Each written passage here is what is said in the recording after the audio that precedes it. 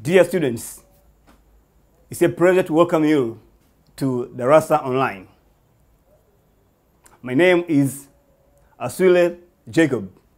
Darasa Online has come to your doorsteps so as you get connected to your teacher or your teachers. And today, I'm so delighted that I'm connected with you. So, as long as we are connected, I believe we'll continue to be partners in searching for new knowledge. Darasa Online has brought this initiative so as your dream becomes true.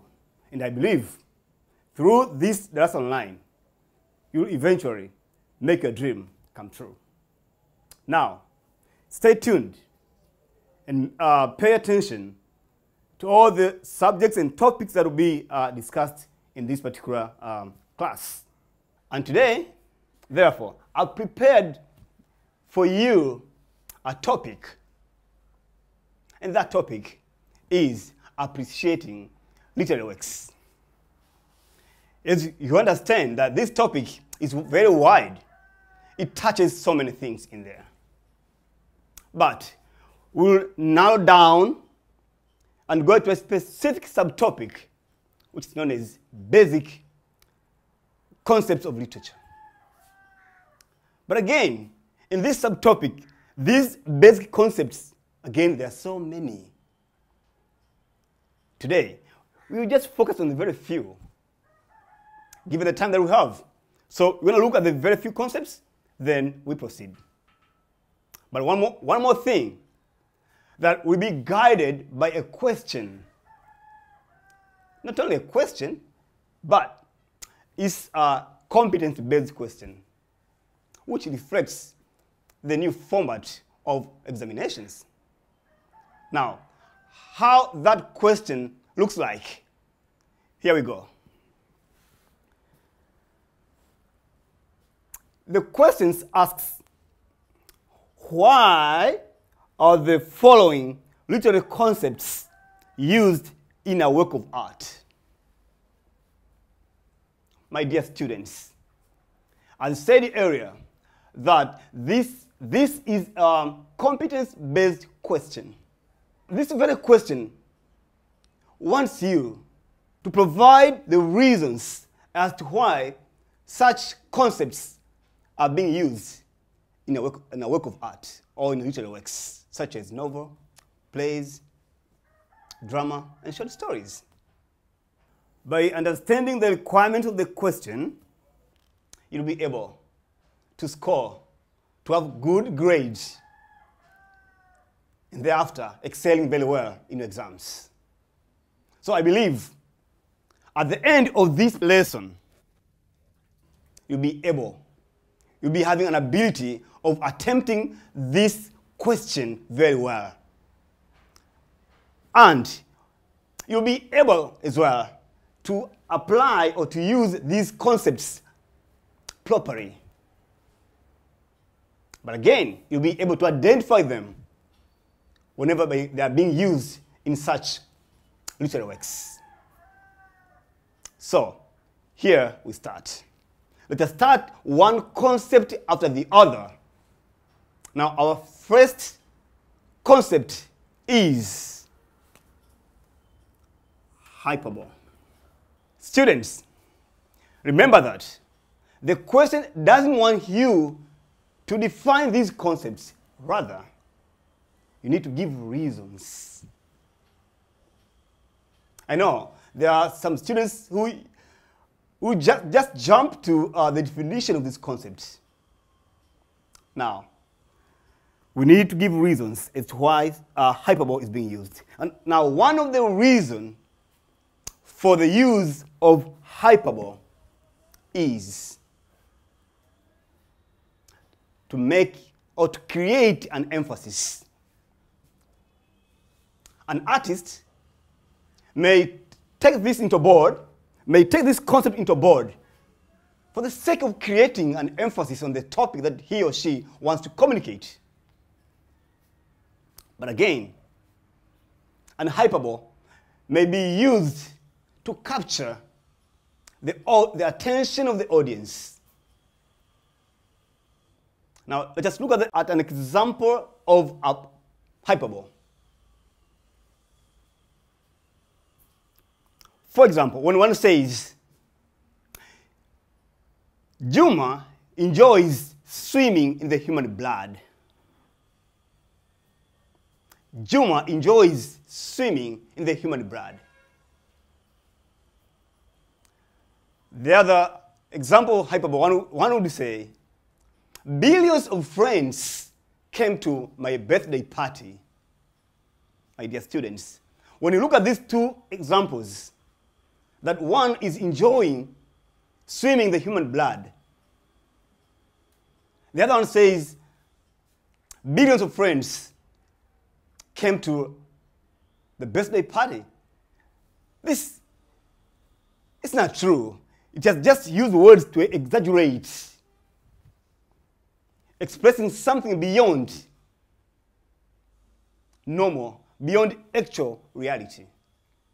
But the fact is, the artist just wants to emphasize a point that maybe many people attended his birthday.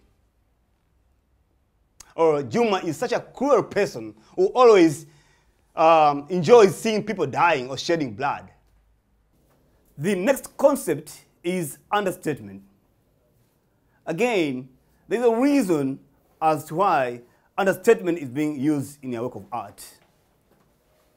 Understatement is when an artist uses words to make a situation appear more small or appear less important or less valuable. Again, one of the reasons for the use of this understatement may be to create or to entertain people, to make people laugh. But again, it can be used to capture people's attention.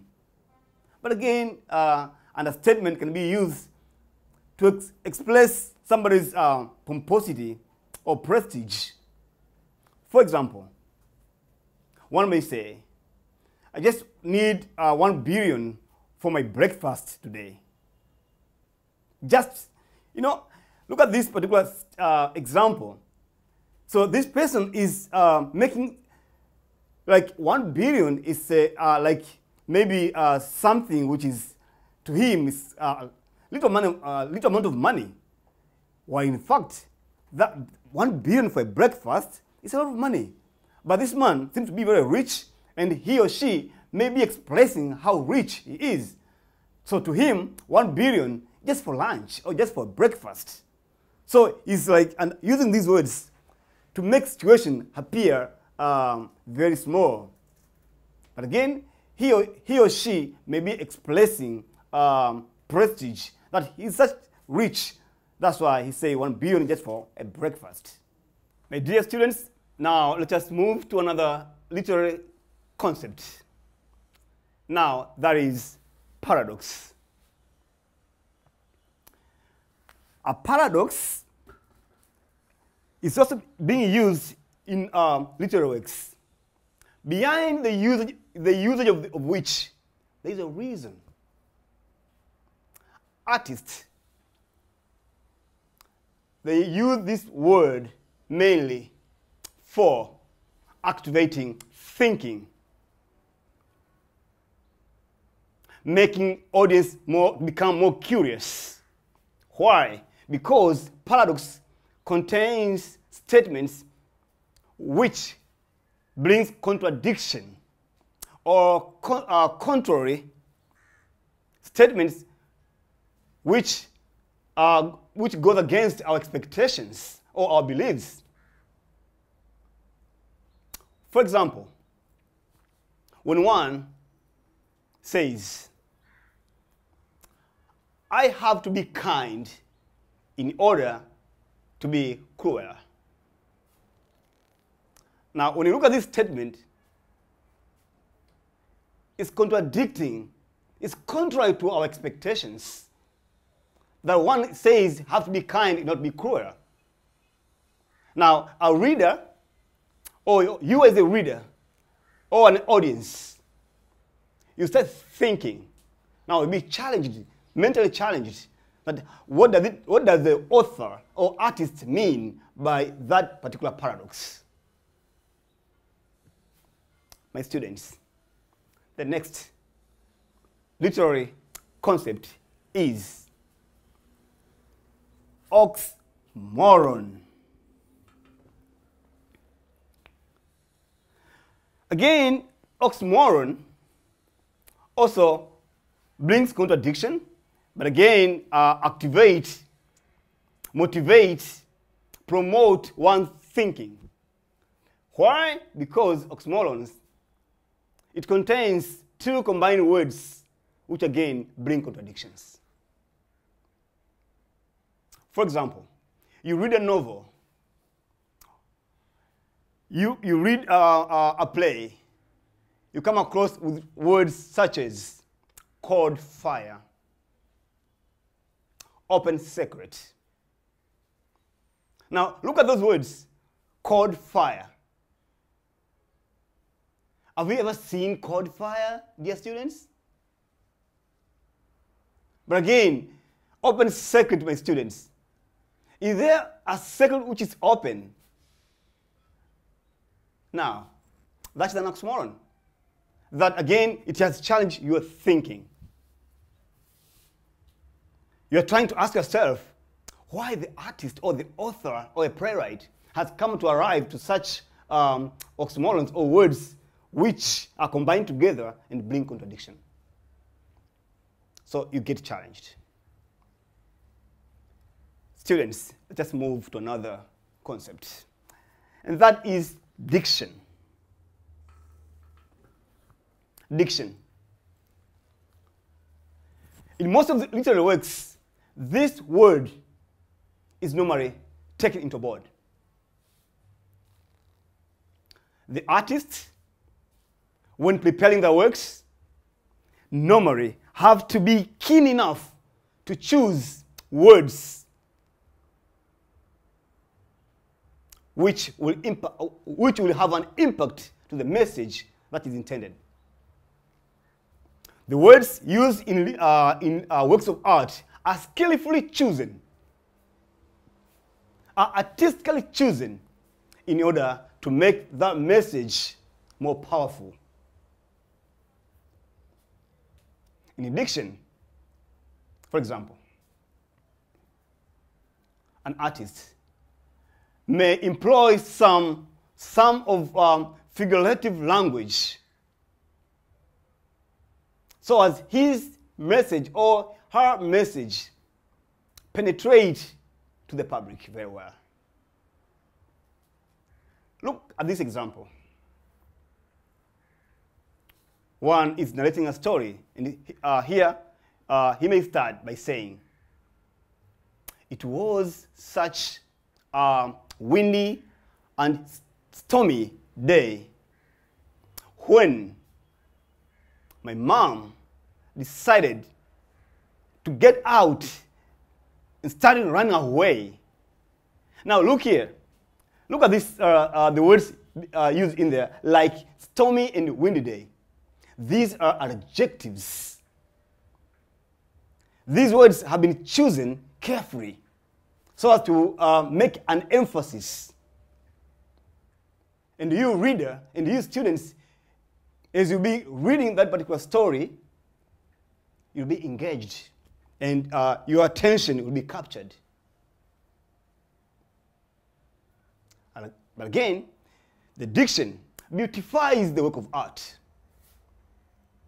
It makes the work of art look so beautiful that when you start reading or watching such a work, you remain focused because of the diction. They get used to, or they get captured because the words in that particular music, they're so strong, they're carefully chosen. People went even far buying such a music or paying money so that he or she attends in that particular concert where there is a performance of music.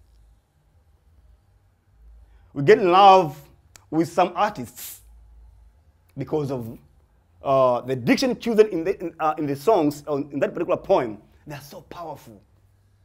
The words are being skillfully chosen. My dear students, the next concept is plot.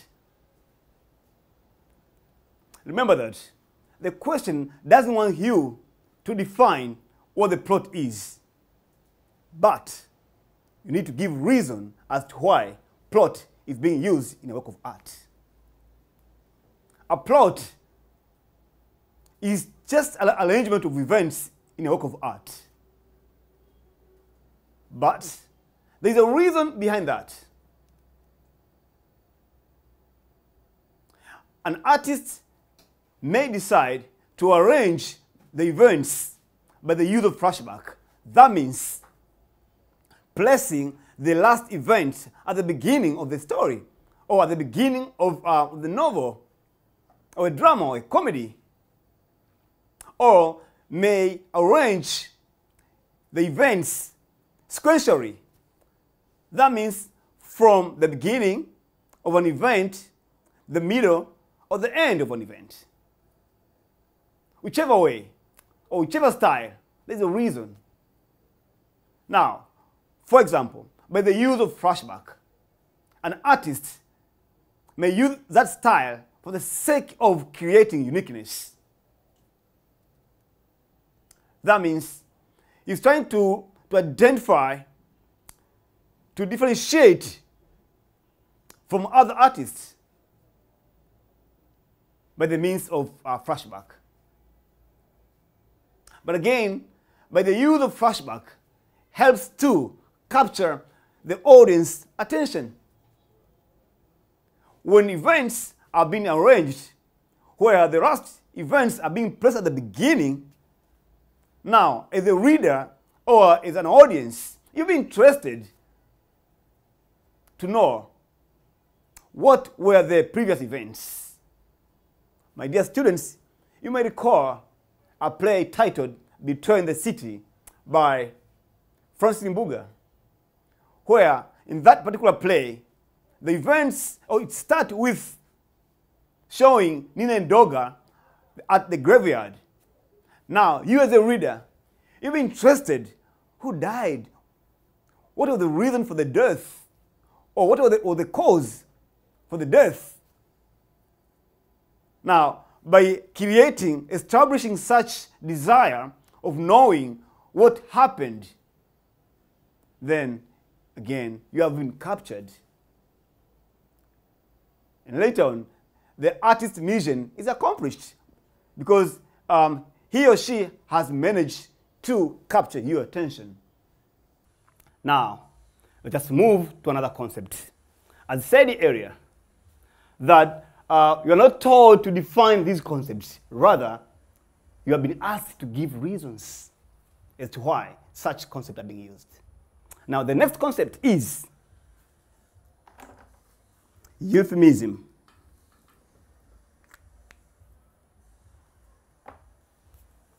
Why artists tend to use this particular concept, euphemism? Again, one would say euphemism is being used in order to show civilization. That the works of art that are being read by people of different age. Now, the words in that particular work have to be the words which cut across all the ages.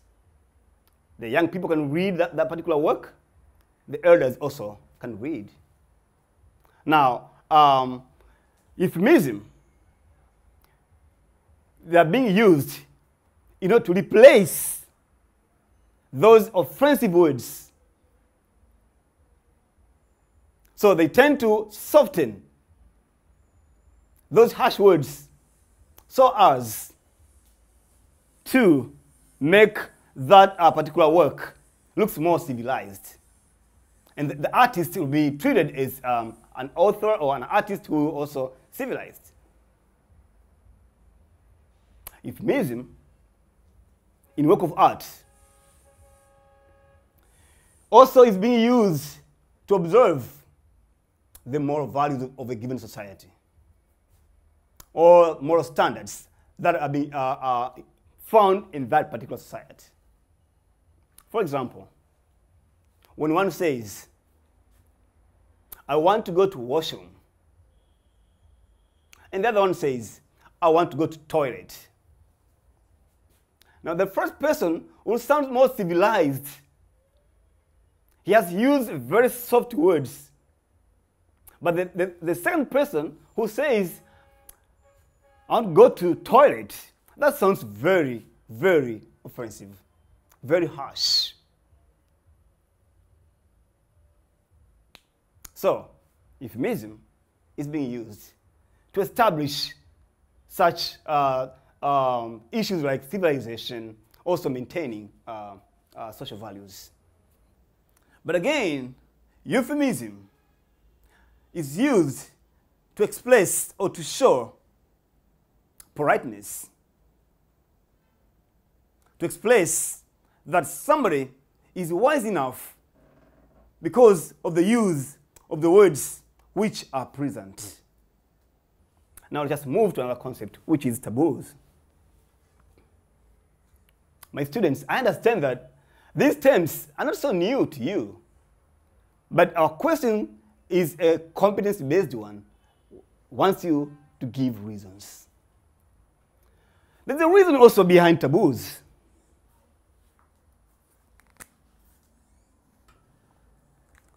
One of the reasons for the use of such term,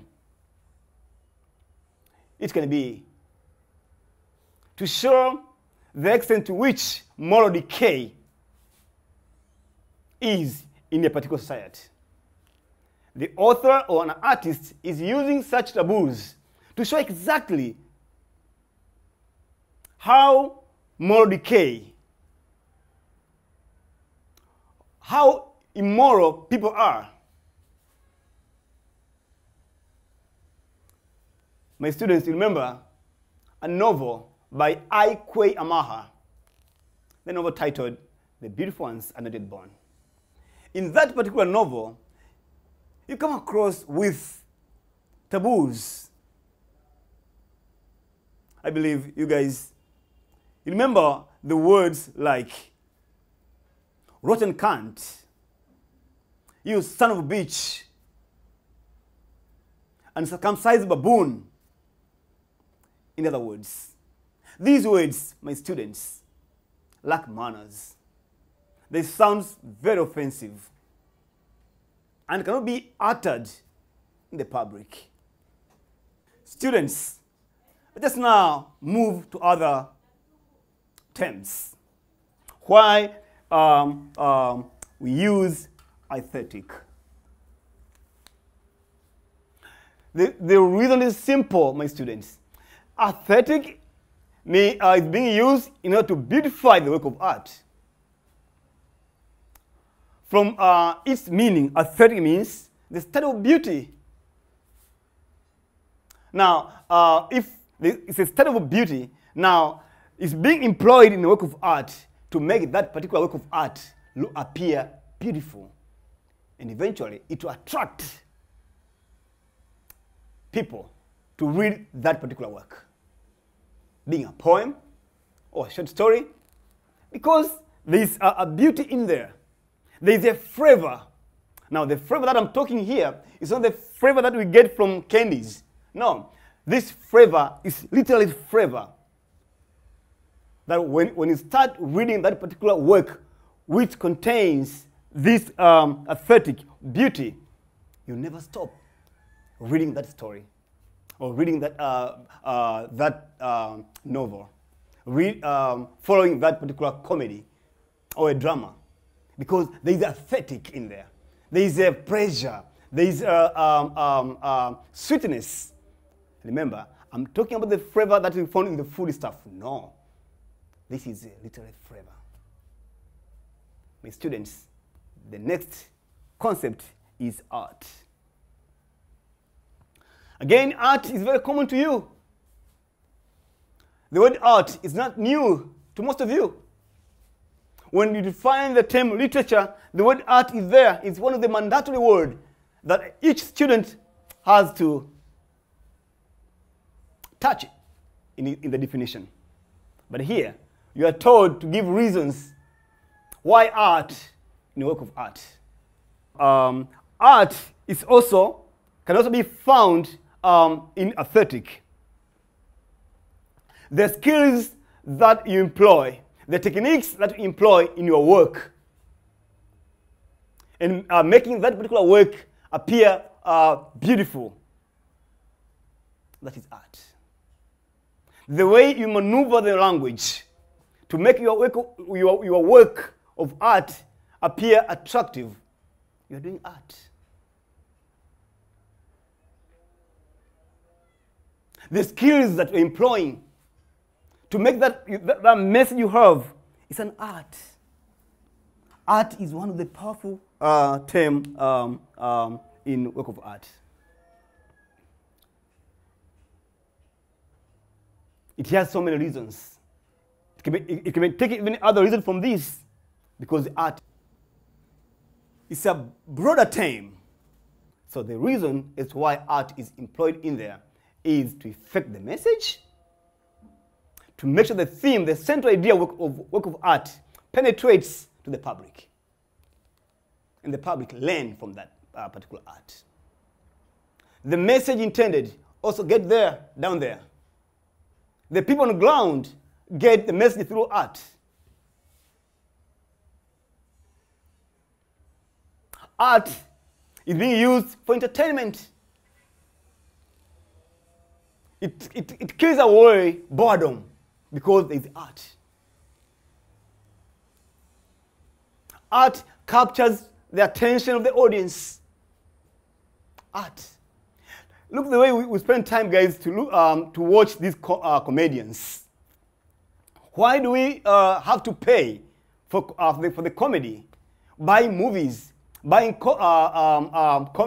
comedies, because in there is art.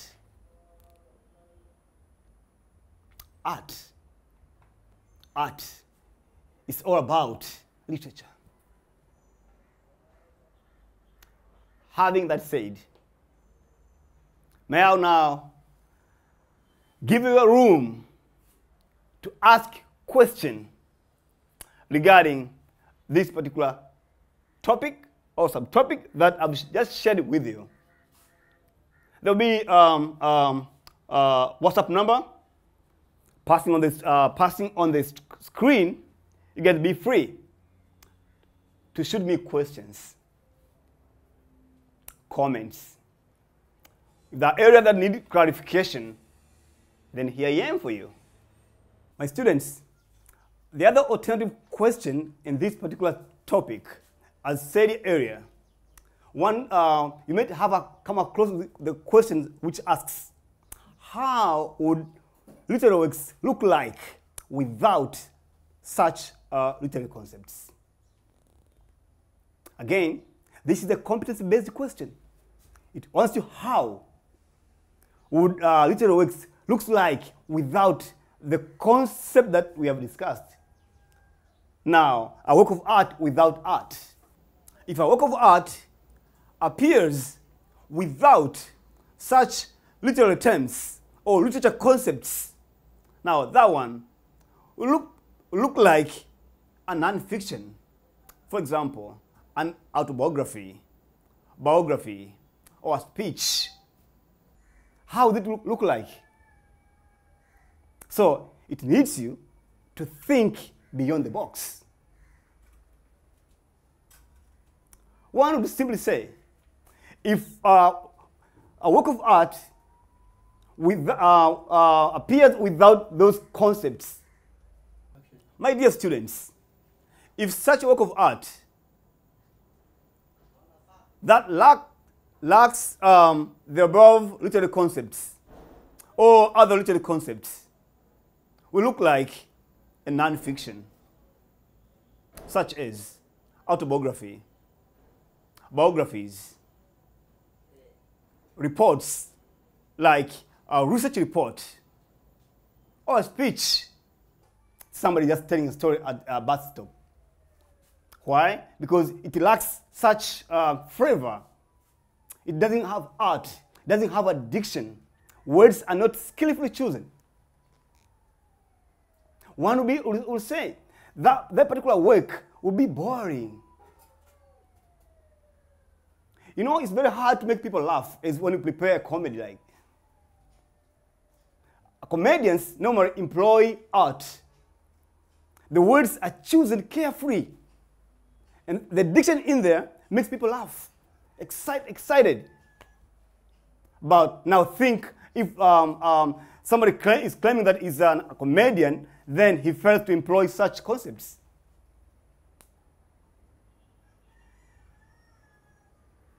Now, it's time for you students to pose questions to me. If the area that are not well clear, you need some clarification, today I'm here for you.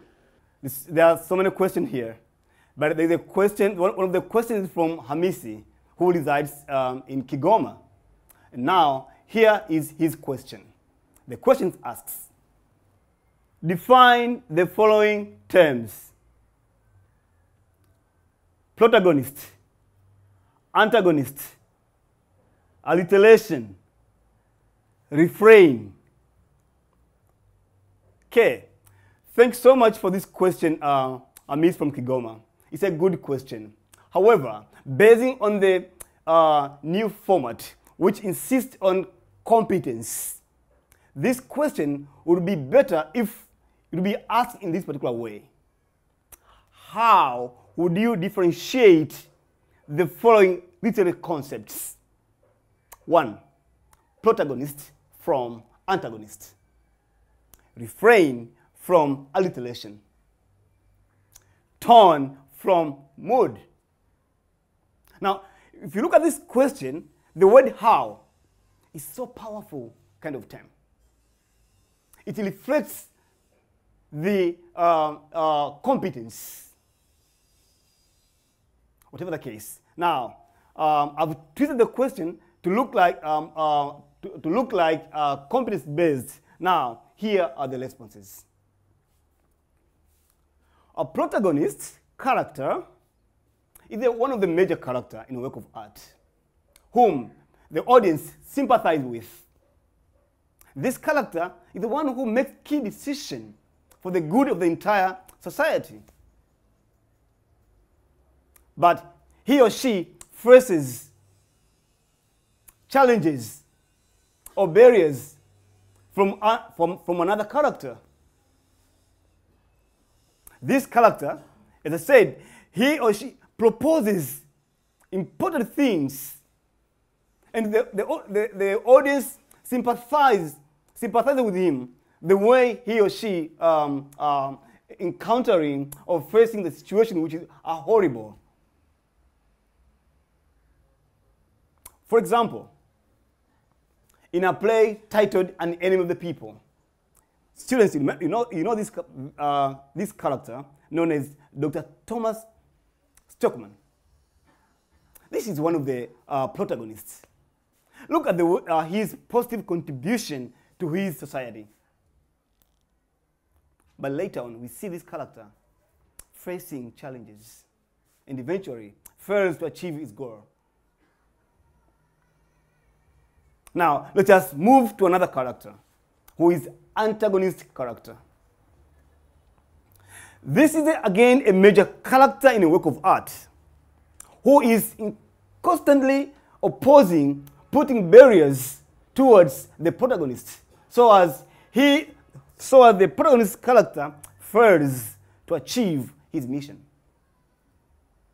So, antagonist character is always in constant opposition, opposing the protagonist character.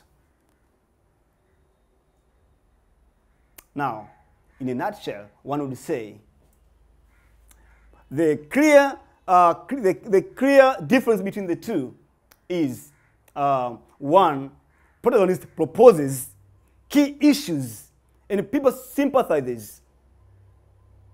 The other one is just opposing the protagonist so as he or she fails to achieve his goals. Students, a tone can be serious. A tone can be of disappointment. A tone can be of happiness. It depends on the subject matter an artist is about to write or be writing about. Hamisi is also asking about the how mood is different from tone. My students, I understand these two terms. Leave alone this Hamisi from Kigoma. I believe there are so many students who get confused with these particular terms. These are purely poetic terms. Now, the clear difference between the two is a mood is a feeling. It's a feeling, emotions of the audience after going through the work of art. When you are reading a work of art, say a novel or a short story, how do you feel? Now, such a feelings, you are creating a mood. So it's you, audience, it's you, reader, who develop such feeling, who develop a mood.